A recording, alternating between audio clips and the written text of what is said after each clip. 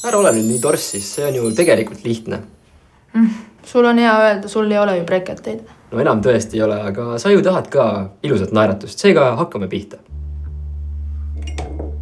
Pea nüüd hoogu, kas sa oled ikka täna hambaniidi või hambavahe harjaga oma hambaid puhastanud? Ei ole. Siis alustame sellest.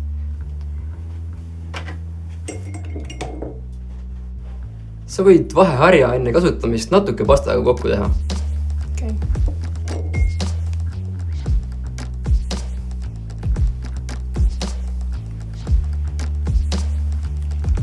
Ja muide, sa ei pea muretsema, kui ige hakkab kas hambavahe harja või hambaniiti kasutades veidi veritsema. See jääb peagi järgi, kui neid regulaarselt kasutada. Aga kui ei jää, siis külasta kas hambaarsti või hügienisti. Aha.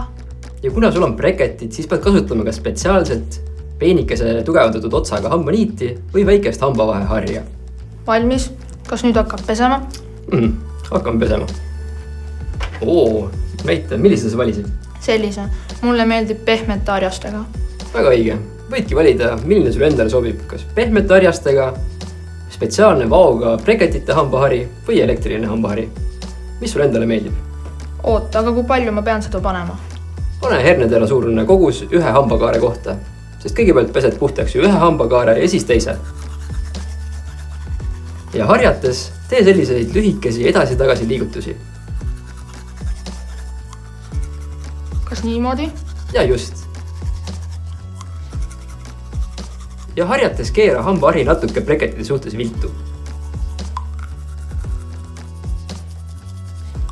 Ja kui sa oled hambad ära pesnud, siis sülitab pasta välja, aga ära liigselt loputa, siis jääb natukene hambapastat sinu hambaid kaitsma.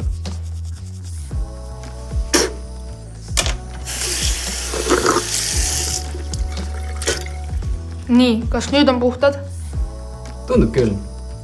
Kuid vahel võid ikkagi käia kontrollimas oma hambapesu kvaliteeti kas hambaarsti või hügienisti juures. Sest mõnikord jääb ikka mõni koht mustaks. Ma pean ju breketite pärast nii ortodondi juures käima. Kas tema siis ei saa neid kontrollida? Saab ikka. Ortodont saab sulle soovitada spetsiaalseid abivahendeid, nagu näiteks eriti väike hambahari või survepesur. Aga okei, ma lähen nüüd magama. Oota, kordame ikka enne üle hammaste tervena hoidmise 5 kuldreeglit.